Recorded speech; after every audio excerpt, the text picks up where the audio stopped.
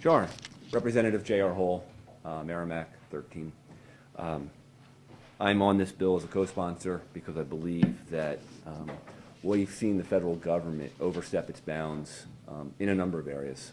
This happens to be a firearm-related bill, but I believe there's some other bills coming forward this session that eventually will deal with other commodities, maybe milk, maybe pharmaceuticals, for instance.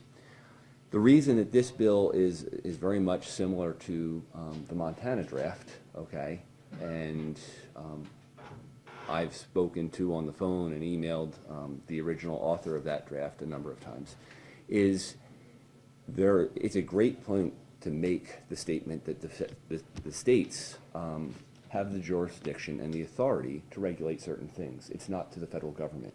That's why the 10th Amendment and the 9th Amendment are there. New Hampshire, in 1792, re-ratified our Constitution, and when they did so, we were aware of the Bill of Rights at that time, okay? And we said, yes, given this particular set of guidelines in the Bill of Rights, we're going to ratify our Constitution, and we are going to retain powers in the state of New Hampshire that are not expressly delegated, okay, to the federal government. Well, now, almost 200 years later, right, in the 30s, for instance, all of a sudden, certain things come up. Well, we're going to regulate this under interstate commerce. Well, and wheat. Well, the farmer grows wheat, okay, he uses it for his own animals, okay, and now that's affecting interstate commerce. I think the government has taken what should be, or the original intent of the law of one state forcing tariffs and taxes and other things against other states, and completely gone to the other end of the spectrum.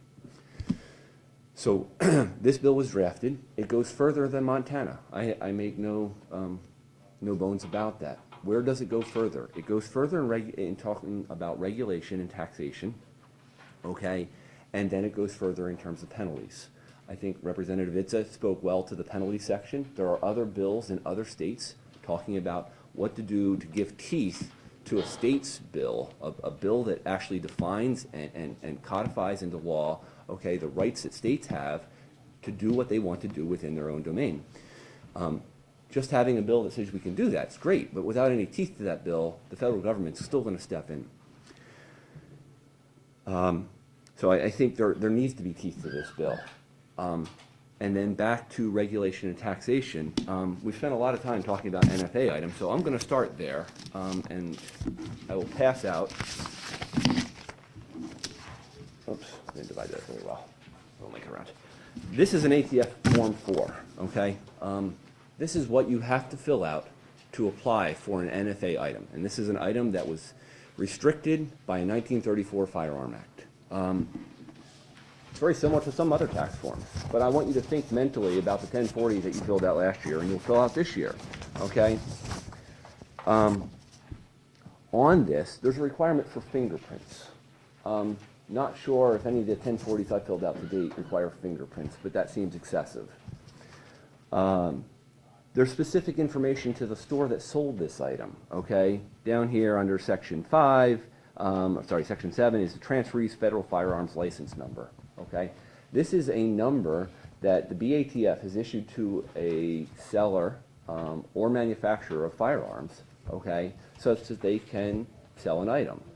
Why does it matter which store you paid this tax through? There's a second page, Section 17, law enforcement certification, okay? This speaks to a police officer, typically like a chief of police in a town, having to certify that the individual, okay, will not misuse the firearm, okay, and that the receipt of the possession of the device will take place with it is not in violation of state law. If I go further down on that same page, okay, change of address, a couple inches from the bottom, right? The applicant needs to notify the federal government if they happen to move. When do we pay a tax and then turn around and have to notify the government that I've moved to a new location? All of these are very onerous, and it becomes clear that this was not intended to tax individuals. This was intended to regulate. And the Second Amendment of the United States Constitution talks about shall not be infringed.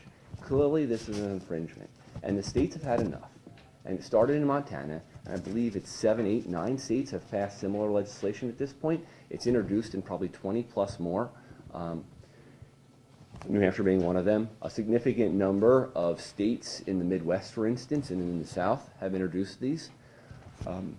And why? Because the firearms, okay, are a specific item that are very traceable, that have serial numbers, unlike corn or wheat, right? I can't tell whether this bag of wheat was made in New Hampshire or not, or grown in New Hampshire. But I can tell this specific machine component was made because if I require that they etch or machine into that part a serial number, okay, and it made in New Hampshire, it's a very traceable item. When that particular item leaves New Hampshire, and we put this into this bill, okay, it's gone through interstate commerce, it's then under the guise of all the federal and other state regulations.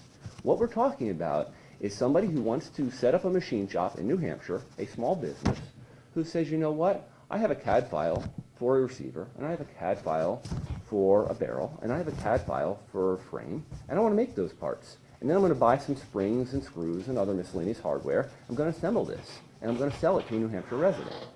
This is essentially a commerce bill, and that's, ironically, last time it went through commerce, because we have a lot of small shops here in New Hampshire that are manufacturing in nature, who have excess bandwidth, who could be in the business, but you know what? For them to get into the firearms business, it's really tough, and the regulations are very overly burdensome, okay, to get a manufacturing FFL.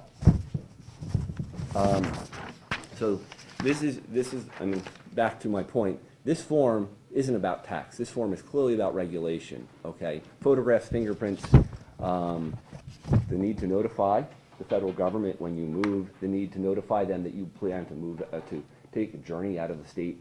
That's not tax. Going further on,